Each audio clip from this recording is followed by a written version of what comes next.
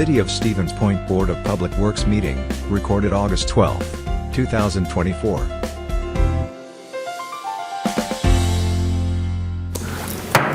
right, let's see, what do we got here? 6:04, we'll call the Board of Public Works meeting to order. Could we get a roll call, please? Sure, Mayor Wiese. Here. Ginger Keemer. Here. Chris Tiffany. Here. Mary Kneebone. Here. Sean Morrow. Here. Dean Shuda. Here. And Dustin Buse. Here. And everyone is present, so we'll move on. Item number 1, informational, the director's report, including the 2024 streets improvement projects on the north side, West River Drive, and West Zinda Bridge. Director. On the north side project, I've just been getting some questions. It seems like things were slow, and they definitely were at the beginning. Contractors are picking up, so just wanted, as I identified in the director's report, to break down kind of what the contractor is telling us. They are still, planning to finish up this year. I've heard a lot of rumors coming around that this is going to roll into next year. That should not be the case. It still could happen if we run into some really bad conditions, weather or whatnot. But the contractor is assuring us that they are working towards a completion this year. The first phase should be wrapping up here by the end of the month. The next phase is there that was broken down probably a month thereafter. And then the last phase, Walker Street, finishing up here, kind of the end of the construction season. With regards to West River Drive, just what I was wanted to highlight, again, what I have in here, the speed signs as we identified are up and running at the moment. So there's one in each direction through that rural section. We also did, as a last minute add to our pavement maintenance, put in a slag seal for that. What that's going to otherwise do is give us a nice, clean, jet black canvas to put the paint down that we otherwise identified as far as the restriping. To let everyone know what a slag seal is, if you are over on Pinecrest there by Metro Market, that jet black road that's otherwise there was a test we did a few years ago. The difference is the slag versus the chip seal. Instead of using the rock chips, it uses the mining slag, which is black all the way through. So even as it wears and chips away, it still looks black for a long period of time. Since we wanted to otherwise highlight the new markings we're putting on there, we thought this would be good, and the road is in need of it. So for the added cost of doing that, we get a nice clean canvas to work with that should contrast very well with the striping that we're planning to do. That striping is also included into the pavement maintenance contract that hopefully you will approve here in item number 2. And that's where we otherwise reside here. And then AECOM will be doing much of their work after that to evaluate the effectiveness of that and look for some of the medium and long-term improvements. Lastly, West Zinda Bridge. AECOM did finish up the design for that. What I really wanted to identify is the second item I put in there, the cost estimate that they put together with their final design is nearly 3 times what they originally told us. I'm still waiting to get an answer. They're talking with WISDOT about some of the things.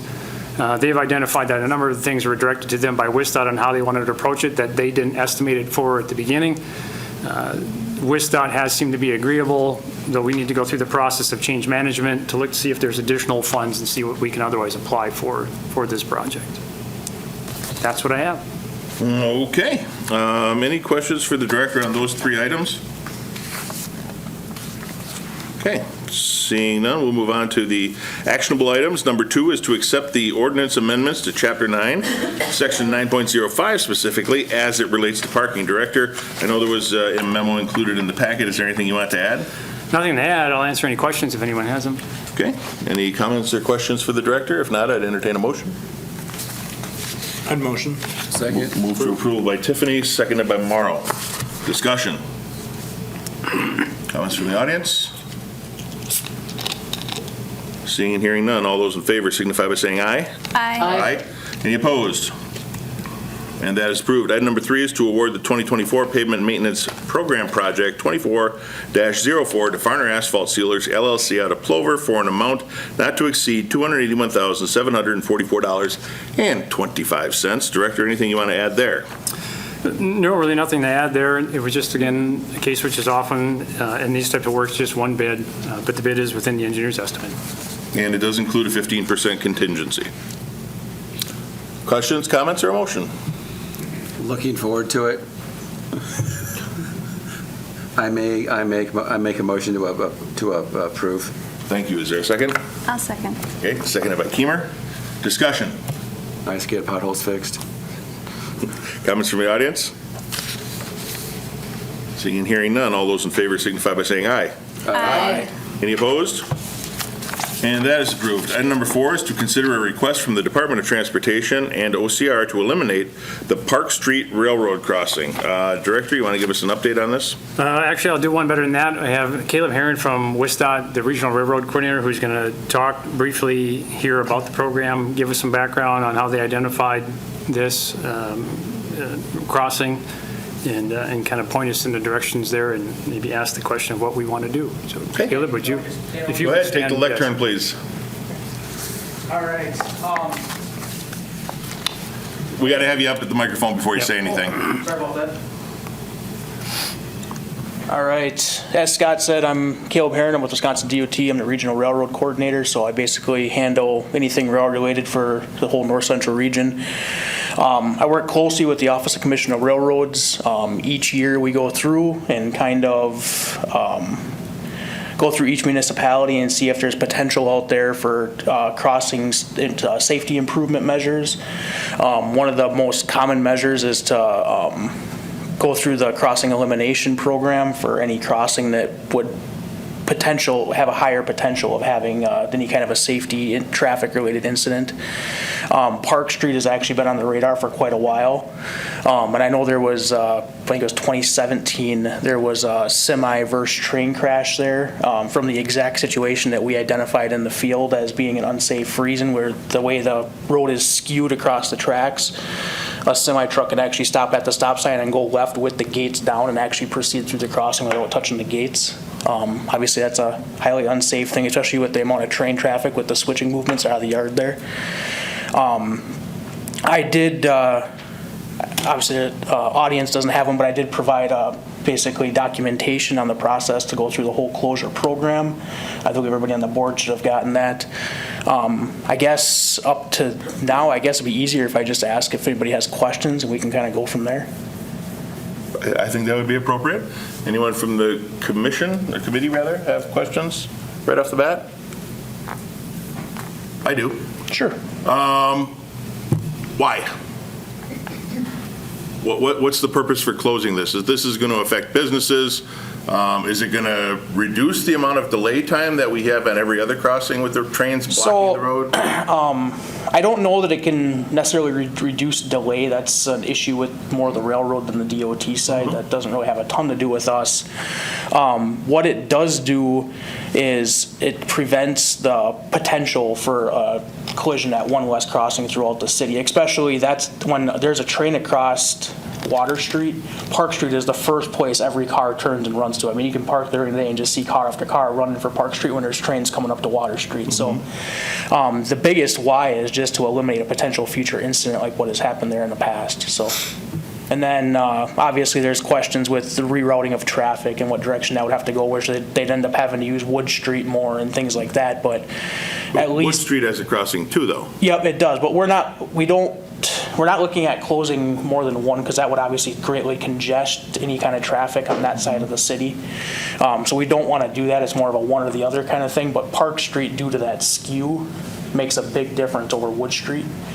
And then it seemed like, as far as a potential change for a truck route, that Wood Street really wouldn't be able to go anywhere, because it kind of seems like it has to be there. But yeah, other than that, the biggest thing is just to take the future possibility of issues out of the equation, hopefully with one less crossing there.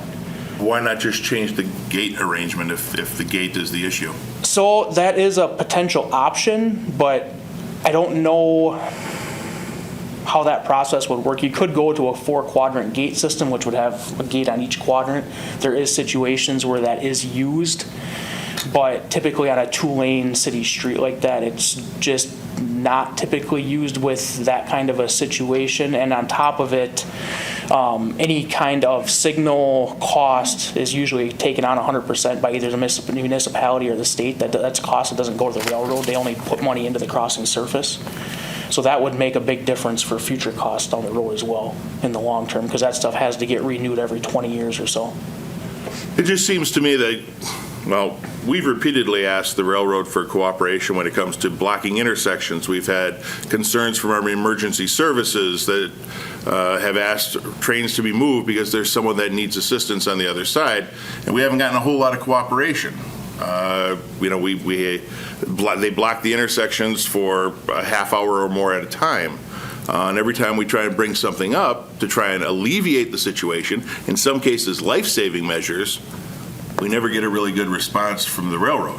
Yeah, and I understand that issue completely because I deal with them on many issues. Again, at the state side of it, we don't really control what the railroad can and can't block. You could, there is a complaint process through the actual OCR where you could bring that up to them. Yeah, we've done that too. Yeah. But they're responsible for the gates and the crossings.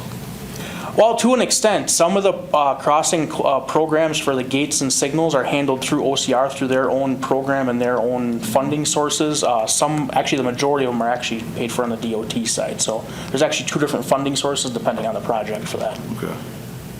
Yes? I guess a two-part question. Currently, there's crossings at Wood, Water, and Park. So how common is it for a city to have 3 crossings that close together? And then the second part is how long does the city have to consider this? I'm going to answer the second part Okay. first. The time to consider, there isn't really like a sunset date on it. Okay. It's more of a OCR doesn't really put a thing on it as long as there's negotiation and progress being made, or at least conversations being had. Once conversations might fizzle out or something, they might step in a little bit and say, hey, can we get a decision on this? But there isn't really a sunset date. As far as the crossings being close together like that, a block apart, that is one of the reasons why we do the crossing elimination program is if we can take, say you have 3-4 crossings in a row, if we can get rid of 1 or 2 of those and not really congest more traffic, that's one of the things that sticks out to us when we look at things like that. So Okay. that was actually part of the consideration, was because they were so close. Sure. Okay, thank you. Any other questions? I do have a question. Sure. Go ahead, state your name, please. Nicholas Prue from Pixel. Yep. Our question is, that is our truck route. We have 20 to 30 semis a day going that route to the backside of the mill. What would be the proposed solution to keep those trucks coming? That might be more. Yeah, I think better answer, and at the moment, that's, not been decided. So if, the board and the council agrees otherwise to move forward, I don't think what we're looking to do today is actually decide whether it's going to close as much as whether we wish to pursue this further. So the answer to that would be we would evaluate what that could otherwise look like. I would suspect from the little I've otherwise looked at it, I would probably be looking at Wisconsin to bring that across from Division. Okay, thank you. I just wanted to bring that up to the committee for reference. Thank you. Okay, for those of us in the room, I brought up the map about the intersection we're talking about. You can see the railroads crossing through here. This is Park Street, Prairie, and Wood Street. And this is the crossing you're talking about eliminating. Yep. Potentially eliminating. Potentially. Okay. Any other questions? Sean, did you have something? Yeah. Was this brought up by the railroad to close this, or was this brought up by the state to close this? So this actually was, this go around, I guess, I don't know if they tried this years back. This has been talked before, I wasn't part of it. But within the last couple of years since I've been looking at these crossings, this was actually one that I saw that stuck out to me. And in fact, I knew about the semi-crash in 2017, which is one of the reasons it sparked in my memory when I was looking at the local area. But yeah, this one I would say was more sparked on the state side, but from a railroad standpoint, the railroad, there's no benefit to the railroad ever in having crossings. They just end up costing the railroad money, whether it's signals, surface, maintenance issues, dealing with more local issues when they have to work on something. Changing the gates. Yeah, anything, yeah. There's never a benefit to the railroad for having a crossing, so anytime there's a potential for that, the railroad's pretty much never going to say no in my experience. But yeah, this time around, yeah, it was actually sparked on the state side as just one of the municipalities that had a couple that popped out, and this was one of them. Yeah, the request came through from the state DOT. and the Office of the Commissioner of Railroads. Any other questions from the committee? I know we went outside this before, but any questions or comments from the audience? I'll have you come up here.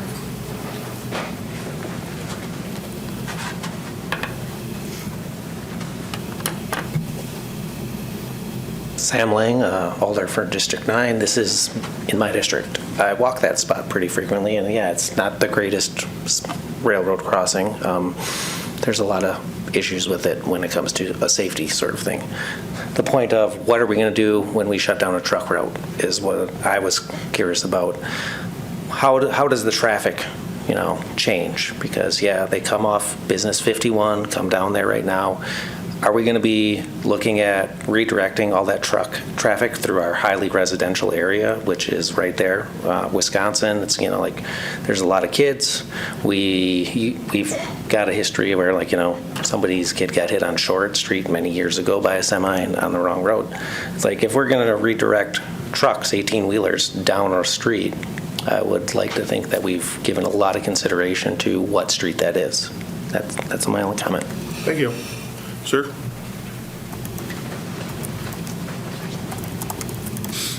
Jeff Weisman from Wood Street Rental, and I would second the mill and your comments that the truck route, putting it into the residential area, you've got 20 trucks from the mill each day, you've got Flint Hills, we probably have a dozen trucks in and out of ours. Pulaski's got a number of trucks each day. Ox Industries, there's a lot of vehicles, semis going in and out. Looking at the plan profile for Wisconsin and Business 51 does not have the swing radiuses when it gets redone in the future that Park and Business 51 has with the turn lanes and the swing radiuses. So looking, what would be the alternative? And right now, I don't see one cost effective. Thank you. In the back? Scott Pulaski, Dave's Body Shop. I guess our concern also there is Trevor couldn't make it tonight. He's the owner, so I fill it in for him. But that affects his business 100% because it's right there. It cuts right through his main artery. For one, he's in. We have a lot of customers that come. That's the way they know. Which I understand. You can go other ways into it, just like anywhere else. What happens with that once we close that? What happens with that stretch of road right there? Does that just stay empty? Is that something Dave's can purchase? So we actually discussed. Up at the microphone, please. Sorry, you got to share the microphone. Otherwise, nobody at home or in the recordings can hear you. That's all right. So when we were out there today, we actually discussed that a little bit, and we're kind of looking at the potential for that. The way it was kind of sticking out to us, and this was kind of preliminary out in the field, it's not an official thing, but it would kind of look like that curve line would just curve through if you're coming off of Water Street onto Prairie, it would just kind of curve through there is where your curve radius would be. On the body shop side, the asphalt would just be obliterated from there out of the railroads right away until it got back into whatever property you own or the city officially owns there where the railroad right away would stop. Asphalt would get obliterated up to there, and then it would have some kind of a barrier or signage there just to remind traffic that that's not a through route anymore, just so it would prevent people from accidentally entering into the parking lot there. And then as far as actual road ownership or converting it to a parking lot, that would have to be a conversation between you and the city. That doesn't have anything to do with us, so. Okay. That again, I'm gonna, again, talk about the truck traffic that goes through there and deliveries to Dave's Body Shop, of course. I don't see a good alternative using Wisconsin Street. Wisconsin Street used to be a truck route. I know there was a lot of issues prior to that. That's why it no longer is a truck route. Just got all the construction redone there now. So, do we rip the curbs out of Mason Street, make that a truck route again? We're just in the middle of it right now. I don't think it's wide enough now. You'd have to replan everything there. You have a lot going into Flint Hills. You have a lot of traffic that has to go through there. We're not even bringing up the fact of the water department, how many sewer trucks go in and out of there daily to empty the waste. I guess I'm worried about which way you're going to direct traffic and how that is really going to solve anything or make a difference by closing that. What really is beneficial to this? Yes, there was an accident in 2017. I get that, but that could have been some of the driver also, you know, and it Usually, typically, if there's a Yeah. train versus vehicle accident, it's usually the driver. yeah. So that's all I have, is just concerned that way. Thank you. Any other comments, questions? We'll let everybody go for the first time again. Sam, this gentleman in the green shirt wants to speak to.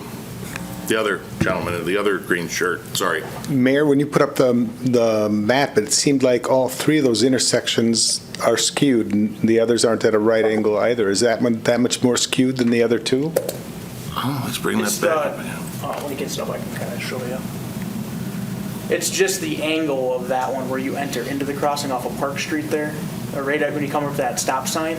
It's the angle there that makes it, for a semi that doesn't want to obey traffic law, it makes it far too easy for that truck just to make a left-hand turn, and he can actually go straight through the crossing with the gates down and not even touch one of them, just because of the way it's lined up. Okay, thank you. That's it? Sir?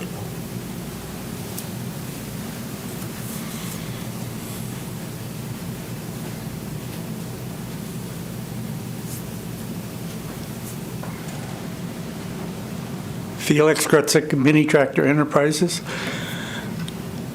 You have one other problem with this current truck route. Not only the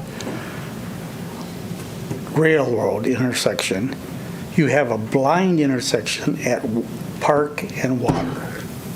And I've seen semis pull up there and they can't see because there's a big building that's right up to the sidewalk. I don't know, that would be an improvement if you could make that more visible intersection to truck traffic. That's my comment. I mean, I come up there sometimes, and I've come up there and I've been trying to crawl into the intersection and had to back up with a trailer coming from Wood Street Rental. That's not a good source of visibility at an intersection, especially, but it's slow traffic. What you could do is drop the speed limit on Water Street. I don't know if that'll help or not. Thank you. Thank you. Any other comments?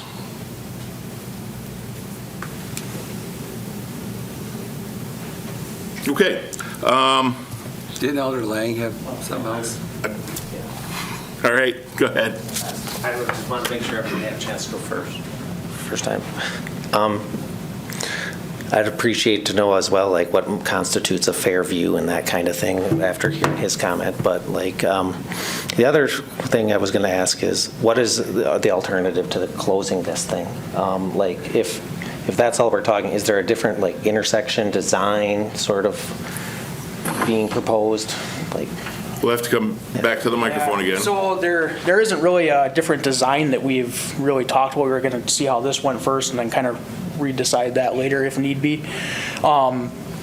It would be hard to, from what's out there, unless you were to shift Park Street over enough to line up traffic straight to make that turn, unless you were to shift Park Street way to the, I think it would be to the north, to get trucks to be able to line up and come into the crossing straight. There's, from the way it's laid out, it's just probably not going to be able to work that way. As far as the other alternative for gate design, you'd have to put in the 3 or 4 quadrant gate system to make sure a truck couldn't use that lane that they're not supposed to use. But that's typically not very common in a smaller municipal area like that, but it could potentially be explored. Anything else, Alderperson? so if I'm hearing you correct, we could be looking at a different like number of gates at that intersection to prevent what we had with the 18-wheeler as a possible alternative to a redesign. Is that what I understand?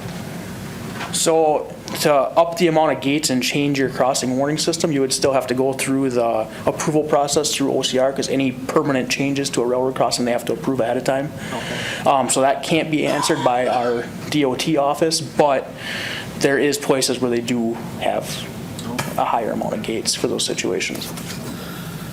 Thank you. Anyone else? Go ahead. Just curious as to what he said about realigning that intersection. Is there any possible way that if you guys are looking at realigning, where it comes around right in front of Dave's Body Shop right now, what if we eliminated that curve and you guys would run it straight? You know, you're gonna move Park Street over, but you're only gonna move Park Street over a smaller distance than what everybody's saying. Is that an option also, to make it safer? If you guys are worried about the way it angles, couldn't we make that just safer by straightening out just that small section? Again, any answer's got to be in the microphone. So yeah, it's possible.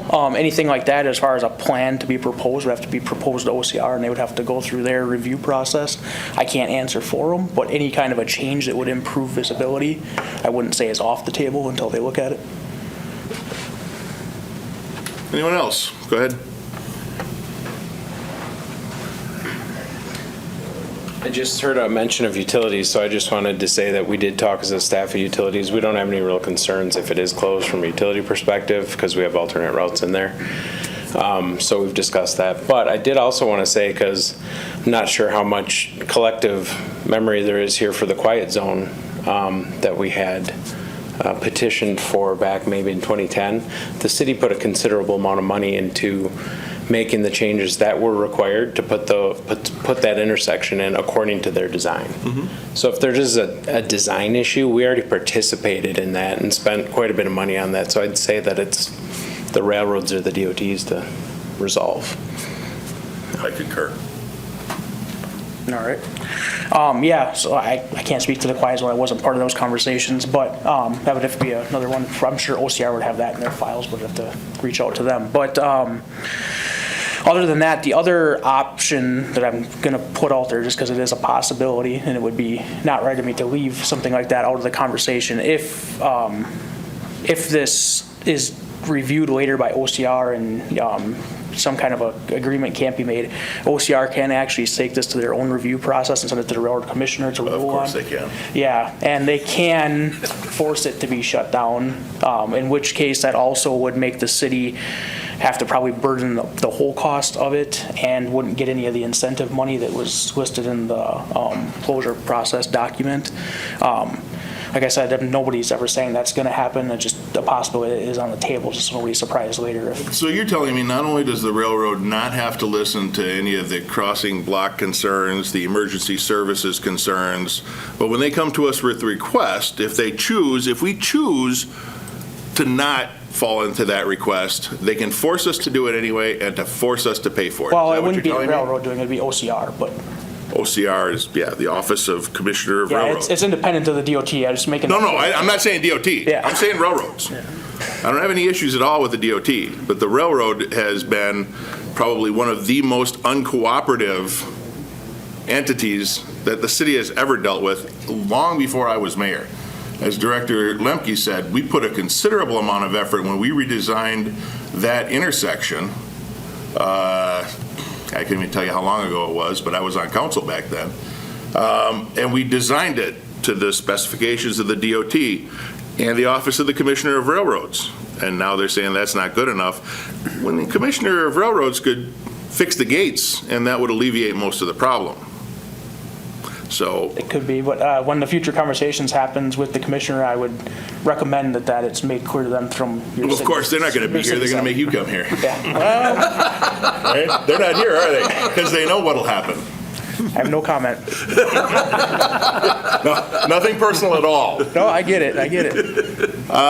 Commissioners, it's up to you, but I am not inclined to pursue this. Our staff has much better things to spend their time and money on. If the Office of the Commissioner of Railroads doesn't feel that fixing their gates is warranted enough, they can always come back and suggest an alternative. But I'm going to leave that up to you. That actually sounds fair. So I do end up making that motion too. Okay. At this time, we're not going to consider the request. Is that what Correct. your motion is? Correct. Okay. Is there a second on that? Seconded by Shuda. Discussion. This doesn't preclude the Office of the Commissioner of Railroads or the DOT for coming back with an alternative, but it sounds like it's a pretty easy fix if we're worried about the gates. I can take that information along. Fix the gates. And relay. Thank you. Any comments from the audience? Sorry. One thing that I would suggest is if something doesn't happen, if there is an alternative plan as like a plan B in case something does happen and the road is, and the gate is shut down, what would our plan be if something happened with that gate, if it was closed? How would we move the traffic around? I think that's a question that shouldn't be expected on the spot. Yeah, not right now. The director, of course, hasn't had any time to consider an alternate truck route. Of course, any other route is very likely going to put some of that semi-traffic on residential streets. When we took the truck route off of Water Street in the first place, we did some careful consideration to try and take the path of least impact. Closing off the intersection is going to cause vehicles that use that area to now go all the way around, burning more fuel, putting more carbon into the atmosphere. It's not blocked all the time. I frequently have to go over to the water department, and there's not much of an issue. But your Wood Street uses the same crossing. So, I mean, if you don't have a whole lot of options in that area, the city was built kind of around where the railroad already was. And short of moving the tracks to try and reconfigure everything, or reconfiguring the city, maybe moving that building on the corner of Park and Water and just lifting it up and moving it 4 feet back would help, but those aren't practical options. There's places like that. Second and Franklin has an antique store that's the same thing, right up to the sidewalk. There's places in the older parts of town that have those visibility problems, but that makes sense. I think if the DOT or the OCR wants to provide an alternative, we'd be willing to consider that. Okay. If there's going to be an alternative, it'll be proposed by OCR, not us. I'll relay your information of what you're requesting. Fair enough. All right. Before we vote, any last comments or questions?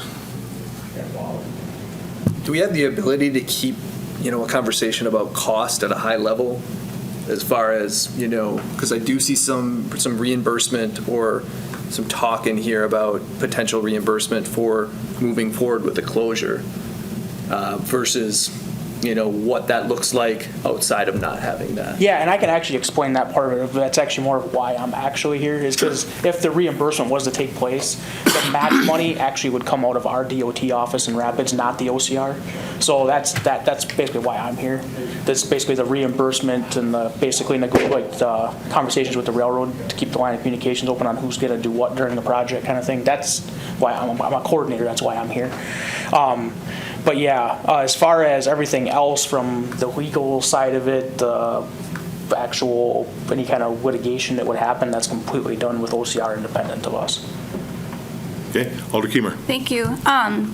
When I cross the tracks there, whether it's in a car or a bike, it's usually on Park Street. And I can imagine, Dave's Body Shop, all those trucking routes, how that could severely impact that. I'm not sold it's a good idea. I guess I'm not sold it's a bad idea. And there's no real rush or timeline to refuse this. We could refuse this next month.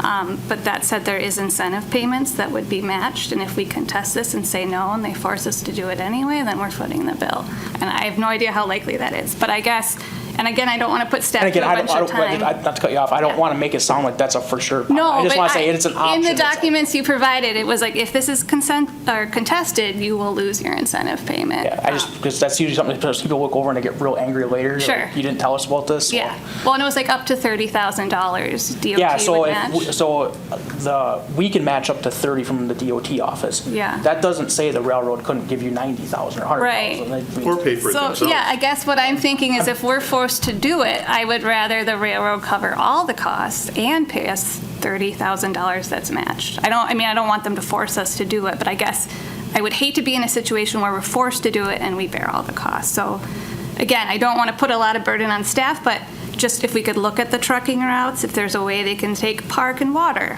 and just not take Park and, or is that right? Park and Water Street as a trucking route versus Park to...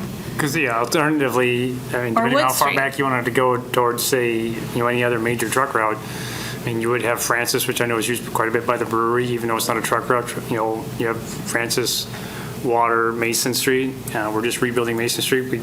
If we would want to go this route or consider, we'd probably make a few minor tweaks just to push the curbs back. We did bring them in a little bit there. It allows for trucks to make the turn, but it wasn't intended for being a truck route.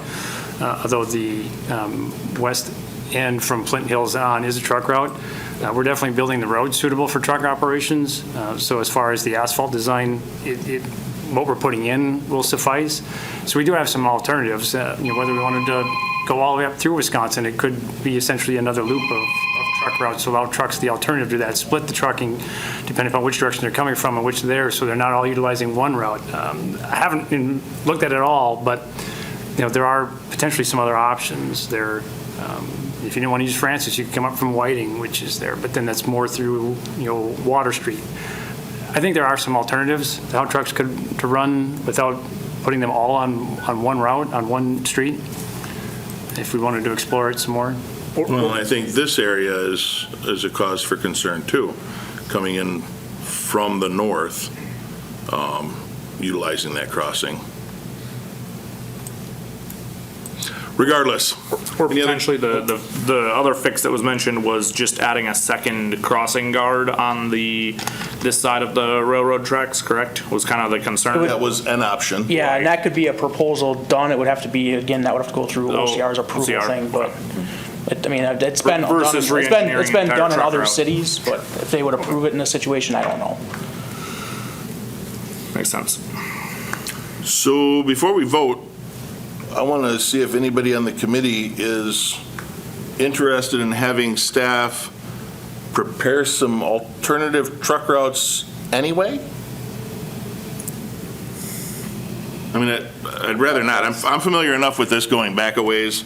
It's one of the benefits from being on a longer time that we have the history. And I can tell you, if you ask any of the residents in that area, they don't want the truck routes going back to the way they were. They fought pretty darn hard, and the city did a fair amount of work to get those truck routes off of residential streets.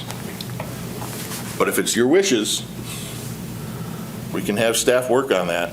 I'd say at this point, staff has a lot better things to do, and if OCR comes back and says, okay, we have to look at doing this, we have to figure out a solution, then it's time to engage, but I'm just, Fair enough. That's my 2 cents. Any other thoughts?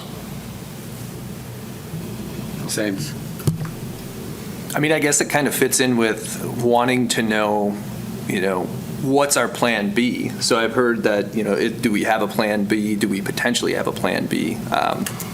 I'm seeing that as kind of doing both in the same, in having a high level. I'm not talking about, getting in the weeds about, what would we do in this particular situation, but worst comes to worst, it's in our back pocket. And again, I don't know what that looks like time frame wise. I think we're all on the same page of not wanting to put staff in a position that this needs to happen today, tomorrow, but being cognizant of the possibility, future-proofing something. So I would like to see it. I don't know what it looks like, but We can do that in spare time. Right. So as soon as you have time, free time, you can do this. I think we If should we cross wanted that road. to look, if you did Cross that want to look at railroad bridge when we it get to more, I it. guess I would suggest we've got our mile vision traffic counting cameras. We could utilize those, and set them up over a period of time. Send it in, identify how many trucks are actually using that.